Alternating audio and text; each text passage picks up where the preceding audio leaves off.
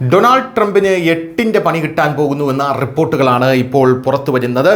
അതായത് ഡൊണാൾഡ് ട്രംപിന്റെ തീരുവകൾ അമേരിക്കയെ തന്നെ കാർന്നു തിന്നുകൊണ്ടിരിക്കുകയാണ്. ഇത് അമേരിക്കക്കാരെ വളരെ പെട്ടെന്ന് ബാധിക്കും എന്നുള്ളതാണ് ഇപ്പോൾ അമേരിക്കയിലെ പഠനങ്ങളെല്ലാം തന്നെ സൂചിപ്പിക്കുന്നത്.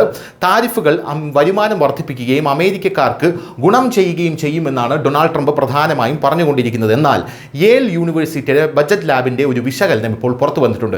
ഈ വിശകലനം പറയുന്നത് താരിഫുകൾ കൂടുതൽ അമേരിക്കക്കാരെ ദാരിദ്ര്യത്തിലേക്ക് തള്ളിവിടും. നമുക്ക് സങ്കല്പിക്കാൻ കഴിയുമോ ഫലസ്തീനിലേക്ക് പോലെ അമേരിക്കക്കാർ ദാരിദ്ര്യം അനുഭവിക്കുന്നത്? ഒരിക്കലും നമുക്കത് സങ്കല്പിക്കാൻ കഴിയില്ല. ഒരു സമയത്ത് റഷ്യയും അങ്ങനെ സങ്കല്പിക്കാൻ കഴിയില്ലായിരുന്നു. അപ്പോഴാണ് അവിടെ തിരുമണ്ടനായിട്ടുള്ള ഗോർബച്ചേവ് എന്ന് പറഞ്ഞൊരു ഭരണാധികാരി വന്നത്. അതിനുശേഷമാണ് റഷ്യ ഈ ഗതിയിൽ അധപ്പതിച്ചു പോയതും അമേരിക്ക ഉയർന്നു വന്നതും ശീതയുദ്ധത്തിൽ അമേരിക്ക വിജയിയായതും. ഇപ്പോഴിതാ അമേരിക്കയുടെ ഗോർബച്ചേവായി ട്രംപ് പരിണമിക്കുമോ എന്നുള്ളതാണ് പ്രധാനപ്പെട്ട ചോദ്യം. ട്രംപിന്റെ താരിഫ് വർധനവ് 2026 ആകുമ്പോഴേക്കും ദാരിദ്ര്യത്തിൽ കഴിയുന്ന അമേരിക്കക്കാരുടെ എണ്ണം ഏകദേശം 1 ദശലക്ഷം വർദ്ധിപ്പിക്കുമെന്നാണ് യേൽ യൂണിവേഴ്സിറ്റിയിലെ വിശകലനം ഇപ്പോൾ കണ്ടെത്തിയിരിക്കുന്നത്. നികുതിക്ക് മുമ്പുള്ള വരുമാനത്തെ അടിസ്ഥാനമാക്കി ദാരിദ്ര്യം കണക്കാക്കുന്ന ഔദ്യോഗിക ദാരിദ്ര്യ അളവുകോലാണ് ഈ പഠനത്തിനായി ഉപയോഗിച്ചിരിക്കുന്നത്. കഴിഞ്ഞ വർഷം അവസാനത്തോടെ 36 ദശലക്ഷം ആളുകൾ ദാരിദ്ര്യത്തിൽ കഴിയുന്നുണ്ടെന്ന് US സെൻസസ് ബ്യൂറോ റിപ്പോർട്ട് ചെയ്തു. അമേരിക്കയിലെ കാര്യമാണ് ഈ പറയുന്നത്. അമേരിക്കയിൽ ദാരിദ്ര്യമൊക്കെ ഉണ്ടോ എന്ന് ചോദിക്കുന്നവരുടെ മുമ്പിലേക്കാണ് ഇത് വയ്ക്കുന്നത്. ജീവിത ചെലവ് വർദ്ധിച്ചതുകൊണ്ട് തന്നെ അമേരിക്കയിലെ ദാരിദ്ര്യ നിരക്ക് 10.6% മാറിയിരിക്കുകയാണ്. യേൽ യൂണിവേഴ്സിറ്റിയുടെ budget lab supplemental poverty measure എന്ന വിശകലനമായ ഒരു നടപടി വിശകലനം ചെയ്തപ്പോൾ ദാരിദ്ര്യം വർദ്ധിക്കുമെന്ന് കണ്ടെത്തി.